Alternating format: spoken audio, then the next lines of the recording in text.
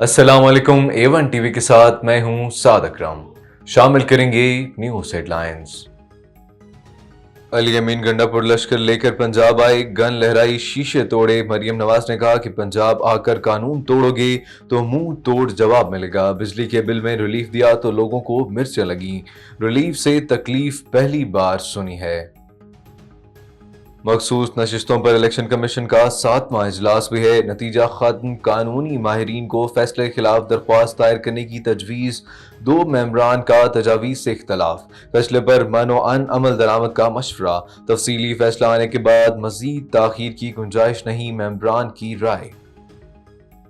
IMF executive board کا اجلاس آج ہوگا، پاکستان کے لیے $7 ارب قرض کی منظوری دی جائے گی، پہلی قسط کے طور پر $1 ارب ملنے کا امکان، قرض پر 5% سے کم شرح سود ادا کیا جائے گا۔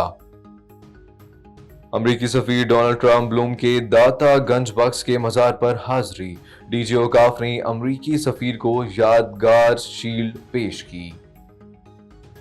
نیوز اسٹوڈیو سے فی الوقت اتنا ہی، مزید نیوز اور اپڈیٹس کے لیے دیکھتے رہیے A1 T V. A1 TV، سب پہ نظر، اندر کی خبر۔